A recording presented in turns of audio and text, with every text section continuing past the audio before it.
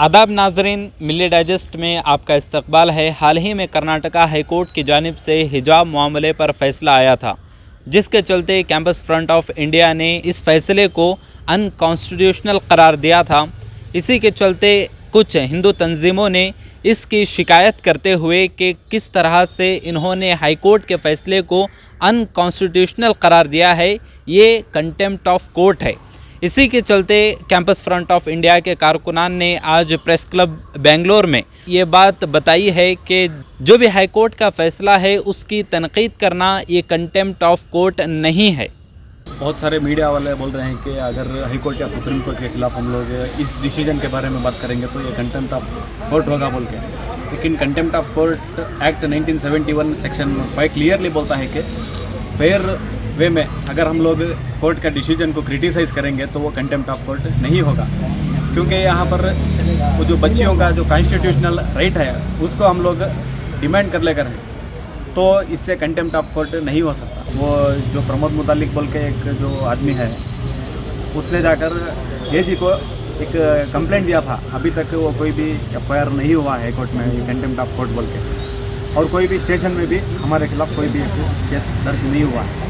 जो भी high court का ये जो डिसीज़न आया है उस डिसीज़न के बाद हमारे जो प्रेस मीट हुए और बहुत सारे हमारे जो स्टेटमेंट्स आए, इसके बारे में मीडिया के अंदर ये कहा गया कि अनकॉन्स्टिट्यूशनल जो हमने कहा था वो एक कंटेम्प्ट ऑफ कोर्ट है, लेकिन ये कंटेम्प्ट ऑफ कोर्ट नहीं हो सकता। ये अनकॉन्स्टिट्यूशनल डिसीज़न है, हम अब भी कह रहे हैं, क्योंकि ये डिसीज़न ही अनकॉन्स्टिट्यूशनल है। ये कैसे अनकॉन्स्टिट्यूशनल है, ये एक बात है, इसका एक वजाहत हमें देना पड़ेगा। देखिए, जब भी एक कोर्ट का जो डिसीज़न है इसके अंदर ये पहला एक क्वेश्चन किया गया है। कोर्ट जब 4 क्वेश्चंस को कोर्ट आंसर करता है तो पहला क्वेश्चन है ये इस्लाम का एक इंटीग्रल पार्ट, मतलब ये इस्लाम अगर ये प्रैक्टिस छूट गई तो क्या उससे इस्लाम छूट जाएगा, ऐसा एक क्वेश्चन आया था।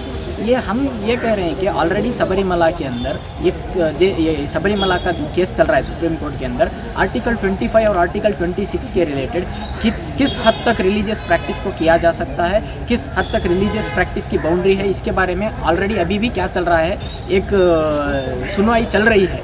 ऐसे दौरान के बीच एक रिलीजियस मैटर के बारे में ही एक कोर्ट हाई कोर्ट कुछ कहता है तो ये सुप्रीम कोर्ट अभी उधर पेंडिंग रहने के बावजूद हाई कोर्ट कुछ इसके बारे में कहता है, तो ये बहुत बड़ी एक सुप्रीम कोर्ट के ऑर्डर को हाई कोर्ट कंसिडर नहीं किया, ऐसा हमें लगता है। तो टोटली ये अनकॉन्स्टिट्यूशनल है। हम अभी भी कहते हैं आर्टिकल 25 सेक्शन ये सब क्लास 2 के अंदर एसेंशियल रिलीजियस प्रैक्टिसेस को बढ़ावा देना चाहिए, ऐसा एक कॉन्स्टिट्यूशन हमारा कहता है।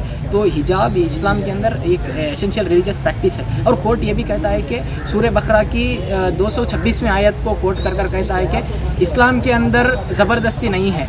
तो ये जो इस्लाम के अंदर ज़बरदस्ती नहीं है, ये आयत नाजिल होने का जो दौर था वो अलग था, और जो हिजाब का नाजिल होने का जो दौर था वो अलग है। पूरी कुरान एक ही बार नाजिल नहीं हुई, अलग अलग टाइम के अलग अलग दौर में कुरान के आयतों को नाजिल किया गया, जिब्राइल अलैहिस्सलाम के ज़रिए वही पहुंचा गया। लेकिन अब हम देखते हैं ये पूरी कुरान के आयतों को एक ही तरीके से हमें देखने के लिए नहीं होता। मतलब इसको देखना है तो कोई एक मुस्लिम स्कॉलर को या फिर मुस्लिम पढ़े लिखे जो लोग हैं कुरान को जानते हैं उनको सामने रखकर इस सुनवाई को करते तो बहुत अच्छा था।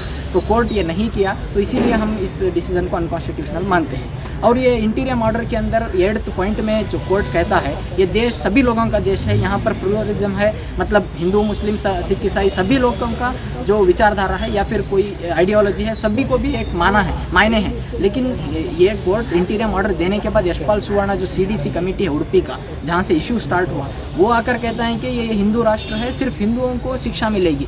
तो ये पहली बात ये यशपाल सुवर्णा ने कंटेम्प्ट ऑफ कोर्ट किया,